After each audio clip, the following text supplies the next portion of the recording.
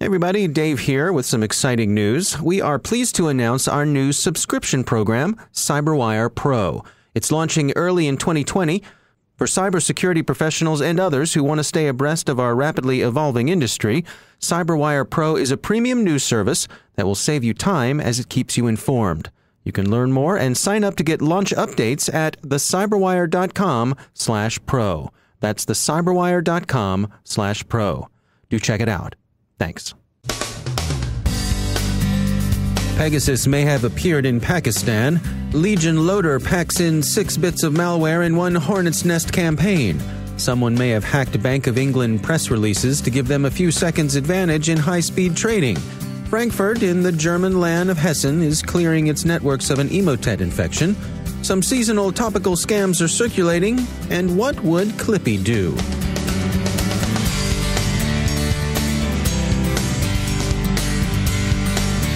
And now a word from our sponsor, the upcoming Cybersecurity Conference for Executives. The Johns Hopkins University Information Security Institute and Ancora will host this event on Wednesday, March 25th in Baltimore, Maryland, on the Johns Hopkins Homewood campus. You can find out more at isi.jhu.edu and click on 6th Annual Cybersecurity Conference for Executives. Learn about the do's and don'ts of risk management with industry leaders and other cyber professionals. Check out the details at isi.jhu.edu. Click on the 6th Annual Cybersecurity Conference for Executives, and we thank the Johns Hopkins University Information Security Institute for sponsoring our show. Funding for this CyberWire podcast is made possible in part by McAfee. Security built by the power of harnessing 1 billion threat sensors from device to cloud. Intelligence that enables you to respond to your environment and insights that empower you to change it. McAfee, the device-to-cloud cybersecurity company. Go to mcafee.com/insights. From the CyberWire studios at Data Tribe, I'm Dave Bittner with your CyberWire summary for Friday, December 20th, 2019. The Guardian reports that Pegasus spyware, the intercept tool produced and sold by NSO Group, has been found in the phones of several senior officials in Pakistan's defense and intelligence services. The infestation apparently took advantage of the same weaknesses in WhatsApp that enabled Pegasus to be installed in devices belonging to journalists and activists in India. The Indian cases appear to have been potentially instances of domestic surveillance. Their discovery prompted a public scandal and parliamentary inquiries in India. The Pakistani case seems, The Guardian says, to represent state-on-state espionage. Pakistani diplomatic missions The Guardian contacted had no comment on the reports. Deep Instinct's dissection of Legion Loader, which we saw yesterday, displays an impressive mix of bad things. ZDNet calls Legion Loader a grab bag, including, as it does, information-stealing Trojans, a remote backdoor, a cryptojacker, and a cryptocurrency stealer. In all, Legion Loader packs at least 6, count 'em, 6 varieties of badness in that grab bag. The 3 information-stealing Trojans are VDAR, which specializes in culling personal information, including screenshots and data that may be stored in two-factor authentication software. The second Trojan is Predator the Thief, which not only steals data but can pull images from the infected machine's camera. And the third Trojan is the new, powerful, and customizable Raccoon Stealer. In addition to these 3 Trojans, Legion Loader installs a remote desktop protocol-based backdoor to give the hoods running the campaign the ability to return, re-attack, and stage new malware. The last 2 malicious programs bundled both have an interest in cryptocurrency. One is a PowerShell-based cryptocurrency stealer that prospects and loots any altcoin wallets it finds. The second is a cryptojacker, a cryptocurrency miner that uses the victim machine to mine for its own coin. It's also being used in a high-volume campaign which Deep Instinct calls Hornets Nest, in view of the swarm of malicious code that arrives with Legion Loader. That said, it's still unclear how the malware is being spread and what infection vectors are being used. None of the Hornets in this particular nest are particularly sophisticated or novel. Indeed, they can be found traded in various dark web markets and represent commodity malware. It looks very much like a dropper-for-hire campaign, and Deep Instinct thinks Legion Loader is under active development as its masters improve their wares.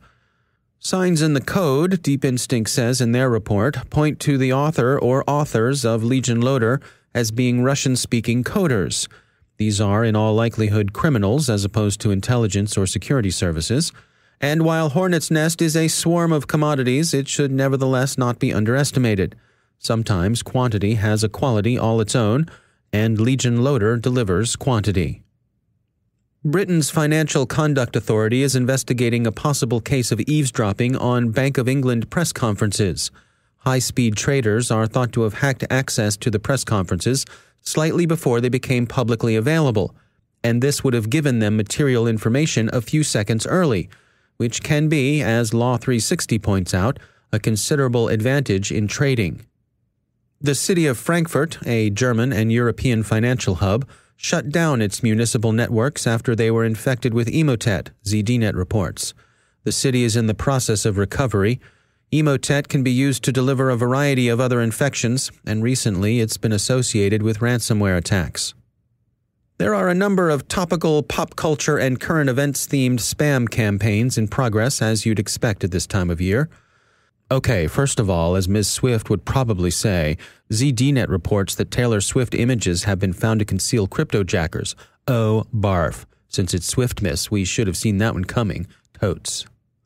There are a lot of dodgy holiday e-cards in circulation, including hokey invites to office parties. There are also bogus season's greetings purporting to be from climate activist Greta Thunberg, which are no doubt intended to appeal to the naive, people thrilled to click before they reflect that Miss Thunberg is unlikely to have actually emailed them. Proofpoint warns that these particular greetings have been serving up Emotet, piping hot. And of course, there's the new Star Wars movie, Rise of Skywalker. Have you seen it? Anywho, PC Mag and lots of other media outlets are saying that phony Rise of Skywalker files are carrying malware. That's not only the obvious come-on offers of pirated copies, which anyone should of course steer clear of, but also some innocent-appearing trailers. Reach out with your feelings and discern the stuff that's no good for you. Otherwise, the malware will be with you. Always. And finally, the question of what operating system Russian President Putin really has on his personal machine remains very much up in the air. Could it really be Windows XP, or is this some elaborate disinformation campaign? It's tough for Americans to tell. In matters Russian, we feel like a nation of poker players up against a nation of chess players. Both have their strengths, but you're not playing the same game. On the one hand, you have quick estimation odds and willingness to take a risk and trust your luck. On the other, you're negotiating a complex but deterministic system where luck never plays a part.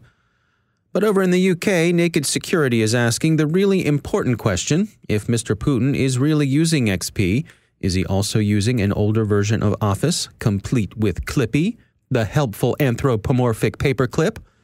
Naked Security asks, is Clippy telling the Kremlin, "It looks like you're trying to destabilize another country's democratic process using an army of fake social media accounts. Would you like help?"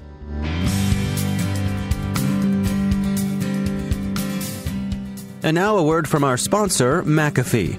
Ideas don't come for free.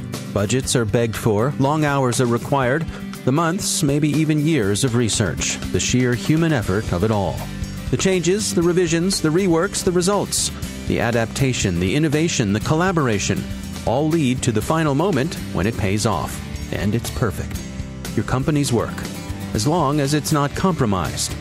From device to cloud, McAfee harnesses the power of 1 billion threat sensors to design security that moves beyond intelligence to insight, so you can move beyond optimizing security products to optimizing your security posture. And not just react to threats, but remediate threats that matter. Intelligence lets you respond to your environment. Insights empower you to change it. McAfee, the device-to-cloud cybersecurity company. Go to McAfee.com/insights. That's McAfee.com/insights. And we thank McAfee for sponsoring our show.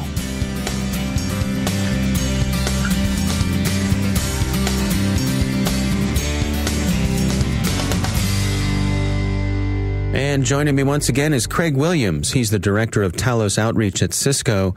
Craig, it's always great to have you back. We wanted to take a chance to take a look back. You all recently published your Talos Vulnerability Discovery Year in Review, looking back at 2019 Take us through what are some of the highlights here? Well, so every year our vulnerability research team decides that they're going to target certain things, right? And their overall goal is to find vulnerabilities and software that we use every day, right? And so that can include desktop software, office software, and everything in between, right? Anything from your thermostat to your laptop to your 3D printer, potentially.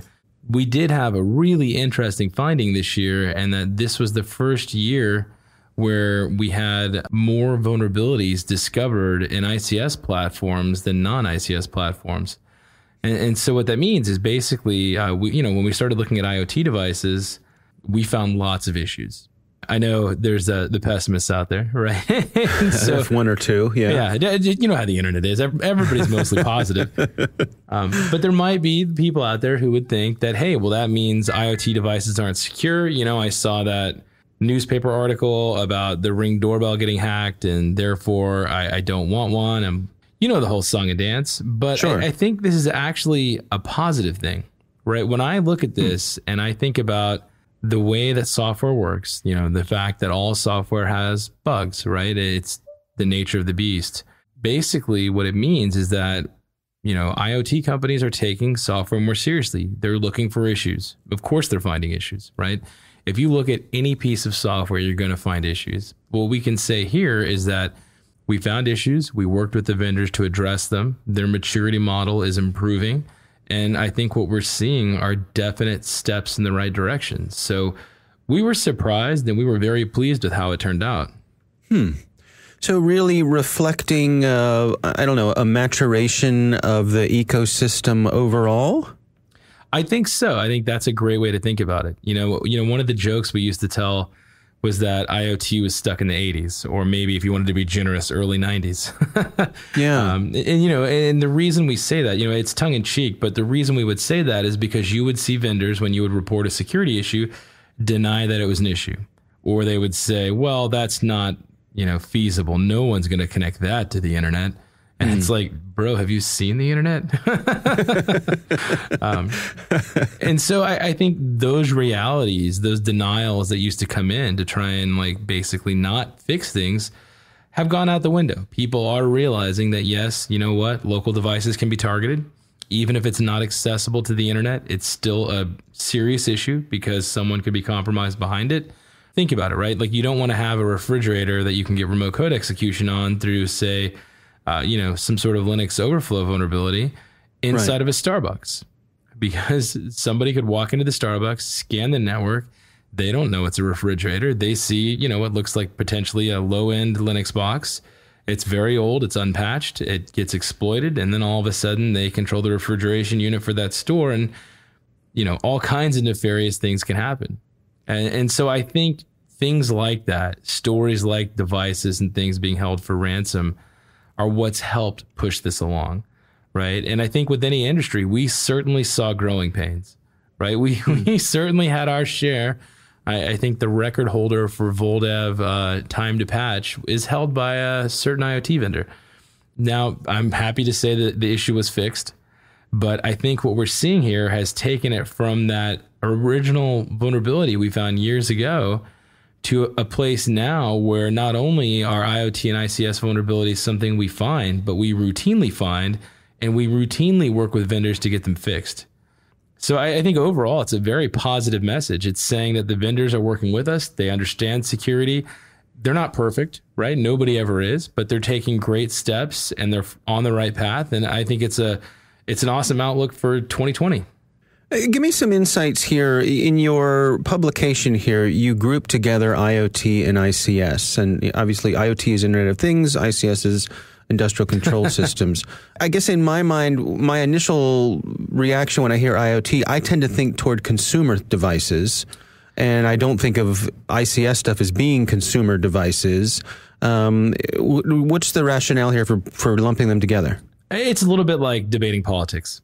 Right. There's definitely valid views on both sides. Okay. Now, the reason we lump it together is because when you look at it from a device perspective, from a hardware perspective, from a software perspective, they're almost always the same, right? The equipment on my TV is going to be the equipment in any potential industrial display. or at least very similar to it. The software stack is going to be very similar to it. The open source libraries used are going to be the same. It's almost always going to be Linux BusyBox based install, running probably the exact same protocols or very similar protocols. And so just for simplicity's sake, we tend to lump them together. All right. Well, the report is Talos Vulnerability Discovery Year in Review for 2019. Craig Williams, thanks for joining us. Thank you.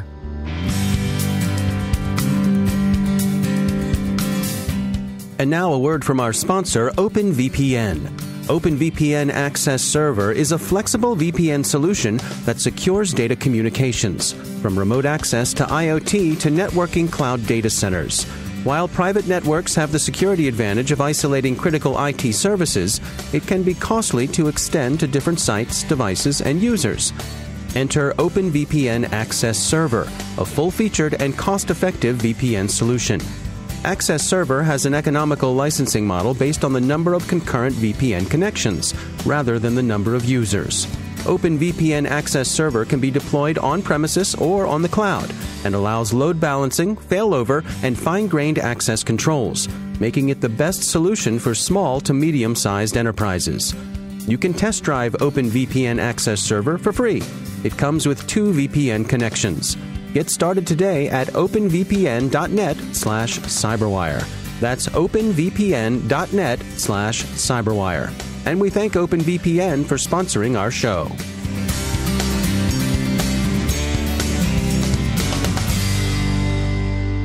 My guest today is Bob Ackerman. He's managing director and founder of Allegis Capital, an early-stage venture capital firm.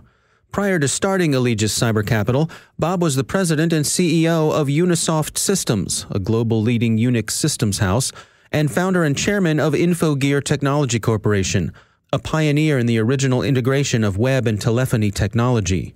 Full disclosure, he is also among the leadership team at DataTribe, which is an investor in the CyberWire.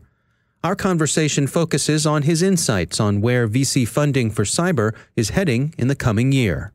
Well, I think there's a growing appreciation for a number of aspects of the cyber environment from an investor's perspective. I think number one, we've all witnessed sort of a massive influx of capital into the cyber innovation ecosystem. I think there is concern today that the sector may be overcapitalized, overinvested in. I think that's probably a legitimate concern. So I think investors are becoming more discerning as they look at the cybersecurity marketplace. So looking forward to the year ahead, what areas within cyber have your attention? What has your gaze? Well, I think one of the things that I'm spending a fair amount of attention on is how do we get better at managing? So much of what we do today is basically a knee-jerk reaction. We do the best we can. We deploy as many tools and technologies as we can to secure our infrastructure, to secure our data. But sometimes it reminds me a bit of whack-a-mole, just trying to stay ahead of the evolving threat landscape. And I think we've taken that approach out of necessity as we try to catch up with the various threat vectors. But I think we need to transition to a more holistic view of cyber risk. And we need to manage cyber as a risk type, and we need to get better tools and better technologies to understand our exposure. With all of the pitches that you see, and you see a lot of pitches, is there a pattern? Are there things that make people stand out from the crowd, things that draw your attention and make you want to dig in and take a closer look? Cyber is not something that you can pick up along the way. Cyber is something where you have to have a solid foundation upon which to build if you're really going to do innovative things. If you look at our playbook, that reflects itself in our bias towards engineers coming out of the intelligence community, either deep data science engineers coming out of the intelligence community or former offensive engineers coming out of the intelligence community. So if I go back to your question about when we're being pitched by entrepreneurs, we parse very, very quickly based on folks that have got a career of domain expertise and those that don't. And so we select for entrepreneurs that have spent their careers in cybersecurity. That's Bob Ackerman from Allegis Capital.